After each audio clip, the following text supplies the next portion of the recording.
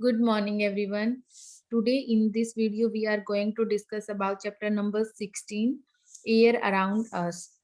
Basically, this is our second video. In previous video, we have discussed about uh, what is atmosphere, what are the properties of air. Next topic was composition of air, nitrogen, and in today's video we will discuss and we will start from the topic oxygen. So let's start now. 1/5 of the air is made up of oxygen. Oxygen का जो हमारी air है उसका 1/5 part यानी 21% oxygen से बना हुआ है. It supports all animals and plants life on the earth. और ऑक्सीजन की वजह से ही हम सभी प्लांट्स एनिमल्स सभी सरवाइव कर पाते हैं अर्थ के ऊपर. As all living organisms needs oxygen for respiration, क्योंकि सभी लिविंग ऑर्गेनिजम्स को रेस्पिरेशन के लिए ऑक्सीजन की जरूरत होती है. During respiration we breathe in oxygen. जब हम सांस लेते हैं तो जो ऑक्सीजन है उसको अंदर लेके जाते हैं और and give out carbon dioxide, और कार्बन डाइऑक्साइड को हम सांस से बाहर छोड़ते हैं. सो keep this thing in your mind. We breathe in oxygen and give out carbon dioxide. हम अंदर ऑक्सीजन को लेके जा रहे हैं और बाहर कार्बन डाइऑक्साइड को छोड़ते हैं. ऑक्सीजन बर्न्स फूड, क्योंकि ये जो हम रेस्पिरेशन से जो ऑक्सीजन अंदर लेके जा रहे हैं वो किसमें हेल्पफुल होती है. ये जो हम खाना खाते हैं उसको कन्वर्ट करता है, उसको तोड़ता है, बर्न करता है और किस में कन्वर्ट कर देता है, एनर्जी में कन्वर्ट कर देता है. And release energy inside our body, और हमारी बॉडी के अंदर एनर्जी को रिलीज करता है. In nature it dissolves in water. जो ऑक्सीजन है वो वाटर के अंदर डिजॉल्व हो जाती है और इसी की वजह से in which in turn helps keep the water fresh, और पानी को क्या रखता है, फ्रेश रखती है. And is a source of respiration for the aquatic plants and animals. और इसी की वजह से ये बहुत अच्छा सोर्स होता है प्लांट्स और एक्वेटिक प्लांट्स और एनिमल्स के लिए, कि रेस्पिरेशन के लिए. यानी कि जो एक्वेटिक प्लांट्स हैं या फिर एनिमल्स हैं वो क्या कर पाते हैं, रेस्पिरेशन कर पाते हैं. किसकी वजह से, इस ऑक्सीजन की वजह से. Living organisms that live under the soil, such as snakes, rats, beetles, earthworms, use oxygen trapped in the pores of the soil. यानी कि जो ये जो ऑर्गेनिजम्स जो सॉइल के अंदर रहते हैं, जैसे सांप हो गया, रेट हो गया, बीटल्स हो गया, अर्थवॉर्म हो गया, वो ऑक्सीजन कहाँ से लेते हैं, वो जो सॉइल जो होती है उसके जो पोर्स होते हैं यानी कि जो छिद्र होते हैं उसमें जो ऑक्सीजन हो रहती है उससे क्या करते हैं, ऑक्सीजन को लेते हैं. The oxygen is also essential for the combustion of fuel. Combustion मतलब जलाने के लिए. फ्यूल का जो फ्यूल जो जलता है वो किसकी वजह से जलता है, ऑक्सीजन की वजह से जलता है. एंड स्पॉट्स बर्निंग, और ऑक्सीजन किसके लिए जरूरी होती है, बर्निंग के लिए. At high altitude, air becomes thinner and so mountaineers carry oxygen cylinders. तो जब हम ऊपर की तरफ जाते हैं एयर क्या हो जाती है, कम हो जाती है, पतली नहीं हो जाती है, मतलब कि एयर कम होती चली जाती है. इसलिए माउंटेनर्स क्या करते हैं, ऑक्सीजन सिलेंडर लेके जाते हैं अपने साथ. नेक्स्ट आता है diverse going into deep sea. जो डाइवर्स मतलब जो गोताखोर होते हैं, जब वो गहरे समुद्र में जाते हैं तो भी वो क्या किसका यूज करते हैं, ऑक्सीजन सिलेंडर्स का यूज करते हैं. अब आपको दो एक्टिविटीज दी गई हैं जिससे हम प्रूव करेंगे कि एयर रिक्वायर्ड होती है कंबशन के लिए, किसी भी सब्सटेंस को जलाने के लिए. And air is presence of air is present in the soil.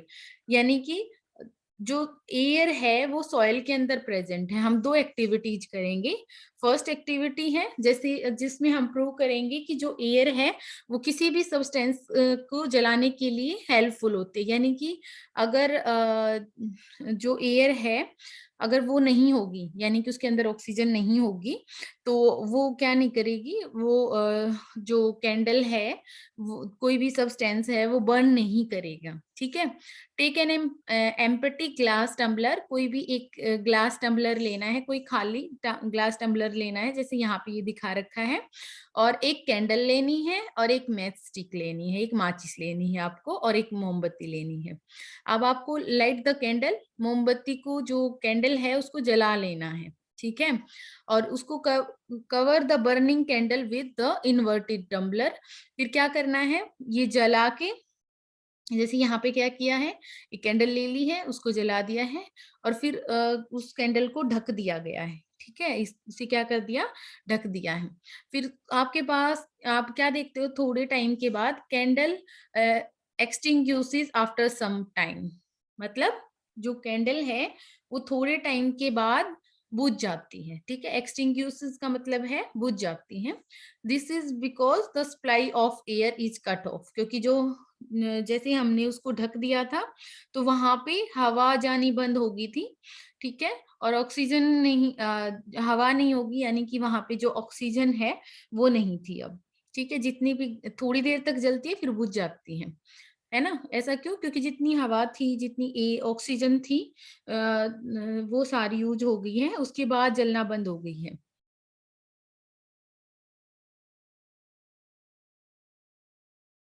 Next आती है, जब हम दिखाएंगे कि जैसे मान लीजिए to show the presence of air in the soil, हम ये दिखाएंगे कि जो सॉइल होती है उसके अंदर एयर प्रेजेंट होती है। तो इसके लिए क्या करना है, take a dry lump of soil in the glass jar, एक ग्लास जार के अंदर थोड़ी सॉइल ले लेनी है आपको, और उसको क्या कर देना है, उस सॉइल के अंदर, मान लीजिए जो भी आपका जो ग्लास जार था उसके अंदर कुछ पर्टिकुलर थोड़ी सी अमाउंट में आपने सॉइल ले ली है, और उसके अंदर फिर आपने क्या कर दिया है, वो एक गिलास पानी को ऐड कर दिया है। ठीक है, एंड ऑब्जर्व, फिर आपको देखना है, आप क्या देखोगे, जैसे मान लीजिए आपने कोई ग्लास जार में थोड़ी सी मिट्टी ली, और जैसे ही आप पानी को उसके अंदर ऐड करते हो, you will observe some bubbles in between, यानी कि आप देखोगे कि जैसे पानी को ऐड किया तो वो वहां पे कुछ बबल्स दिखाई देंगे।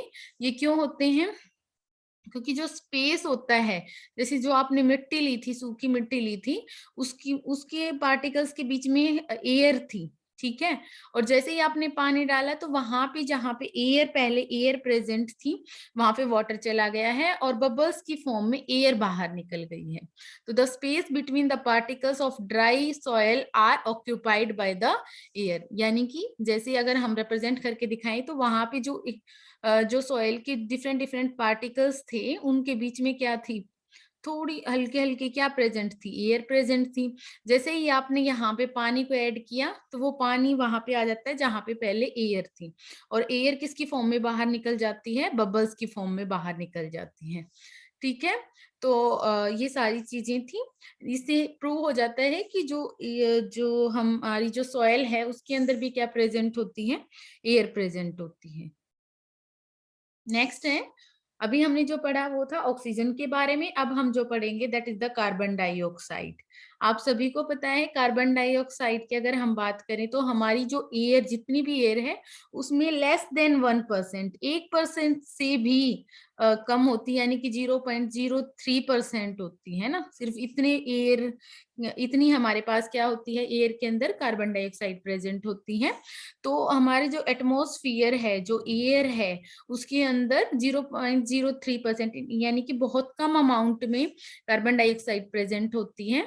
और इसी but it's presence is very important, बहुत ज्यादा जरूरी होती है इसकी प्रेजेंस। ऐसा क्यों, क्योंकि कार्बन डाइऑक्साइड रिक्वायर्ड होती है प्लांट्स को to carry out the process of photosynthesis. सबको पता है कि पौधे क्या करते हैं, फोटोसिंथेसिस करते हैं, और फोटोसिंथेसिस के लिए क्या जरूरी है, कार्बन डाइऑक्साइड जरूरी है। है ना। तो this process results in the production of, अब मैं आपसे ये पूछूं कि फोटोसिंथेसिस से होता क्या है, तो आप सबको पता है कि फोटोसिंथेसिस से पौधे खाना बनाते हैं। अब ये बताइए बेटा कि अगर कार्बन डाइऑक्साइड नहीं होगी तो फोटोसिंथेसिस नहीं होगी, फोटोसिंथेसिस नहीं होगी तो खाना नहीं बनेगा, है ना। ये कुछ ऐसा हो गया ना।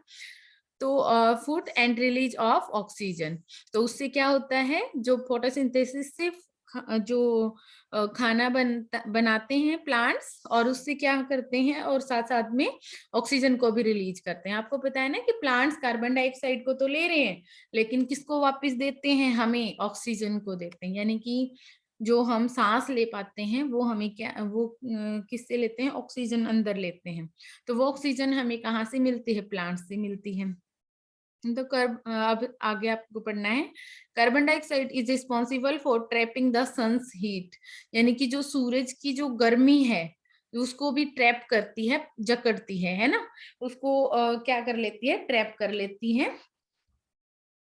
और इसी की वजह से कौन सा इफेक्ट होता है, ग्रीन हाउस इफेक्ट, यानी कि जो ये इसी इफेक्ट को क्या बोलते हैं, हम ग्रीन हाउस इफेक्ट बोलते हैं। यानी कि जब कार्बन डाइऑक्साइड, इसी वजह से तो ग्लोबल वार्मिंग जो होती है, ठीक है। अब इट इज इजीली लिक्विफाइबल, यानी कि जल्दी से लिक्विफाई हो जाती है। मतलब किस, लिक्विफाइबल का मतलब होता है बेटा, गैस को भी लिक्विड फॉर्म में लाया जा सकता है ना। तो लिक्विफाइबल का मतलब होता है उसको गैसियस फॉर्म से जल्दी से लिक्विड फॉर्म में लेके आया जा सकता है। It can be solidify also at the low temperature, मतलब कार्बन डाइऑक्साइड एक ऐसी भोली भाली गैस है जिसको आप क्या कर सकते हो, देखो तीन चीजें पढ़ते हो ना, गैस, गैस से फिर क्या बना सकते हो, लिक्विड, है ना। लिक्विड से फिर क्या बन जाता है, सॉलिड, है ना। गैस के पार्टिकल्स दूर दूर होते हैं, सॉलिड के पार्टिकल थोड़े मतलब गैस से बहुत कंपैरेटिवली ज्यादा पास पास होते हैं, और सॉलिड के पार्टिकल्स और भी ज्यादा पास पास होते हैं, है ना। तो सॉलिड कार्बन डाइऑक्साइड सोच सब्लिमेशन, सब्लिमेशन का मतलब होता है बेटा सॉलिड, जैसे मान लीजिए अब मैंने आपको बताया कार्बन डाइऑक्साइड जो होते हैं ना वो सॉलिड फॉर्म में भी मिलती है, तो वो सब्लिमेशन शो करते हैं। सब्लिमेशन का मतलब क्या होता है, वो अगर हम क्या करते हैं, मान लीजिए मेरे पास सॉलिड CO2 है, ये क्या है, solid.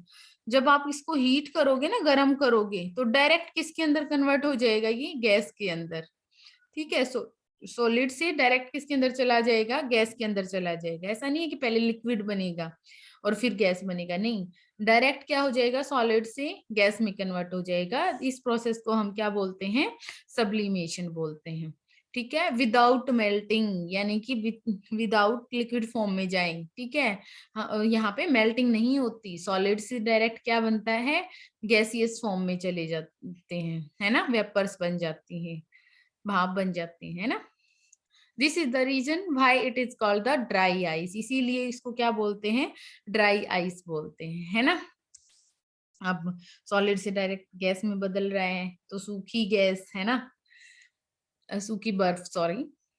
And use as a refrigerant, refrigerant का मतलब, कभी आपने सुना होगा कि जब आप रेफ्रिजरेटर का दरवाजा बहुत टाइम तक खोल देते हो तो घर वाले बोलते हैं कि गैस बाहर निकल जाएगी, बंद करो जल्दी से, फ्रिज की गैस बाहर निकल जाएगी, इस तरीके से, है ना। तो वहां पे जो रेफ्रिजरेटर के अंदर जो गैस भरी जाती है वो कौन सी होती है, CO2, कार्बन डाइऑक्साइड, ठीक है। CO2 is moderately soluble in the water, so used in the carbonation of the soft drinks. यानी जो CO2 होती है वो बहुत कम अमाउंट में घुलती है सॉफ्ट मतलब किसी भी जैसे वाटर के अंदर बहुत कम अमाउंट में घुलती है, इसीलिए कार्बन डाइऑक्साइड को यूज किया जाता है जो सॉफ्ट ड्रिंक, जैसे आपने कभी भी कोल्ड ड्रिंक की बोतल खोल ली होगी, है ना, तो जैसे खोलते हो तो एकदम से जो गैस बाहर निकलती है तो वो कौन सी होती है, कार्बन डाइऑक्साइड। तो कार्बोनेशन क्या होता है, किसी भी ड्रिंक के अंदर जो कार्बन डाइऑक्साइड भरी जाती है उसी को कार्बोनेशन बोला जाता है, ठीक है। तो उसके लिए किसको यूज करते हैं, कार्बन डाइऑक्साइड को। It is used in the manufacturing of the urea, urea सुना होगा, खेतों में खाद वगैरह के तौर पे हम किसको यूज करते हैं, यूरिया को यूज करते हैं। तो वहां पे किसको यूज किया जाता है, कार्बन डाइऑक्साइड को, उस यूरिया को बनाने के लिए कार्बन डाइऑक्साइड को यूज किया जाता है। और ध्यान रखना बेटा, जैसे ऑक्सीजन से ये चीजें जलती हैं, कार्बन डाइऑक्साइड से कंबशन नहीं होता है, डज नॉट स्पॉट कंबशन। ठीक है, ऑक्सीजन चीजों को जलाने के लिए जरूरी होता है, लेकिन कार्बन डाइऑक्साइड चीजों को बुझाने के लिए जरूरी होता है, आग को बुझाने के लिए जरूरी होता है। एक्सटिंग्विश द फायर, ये चीजों को जलाने में स्पॉट नहीं करता है, ये आग को क्या करता है, बुझाने का काम करता है। अब देखो कितना इंपॉर्टेंट पॉइंट बताते हैं अभी आपको।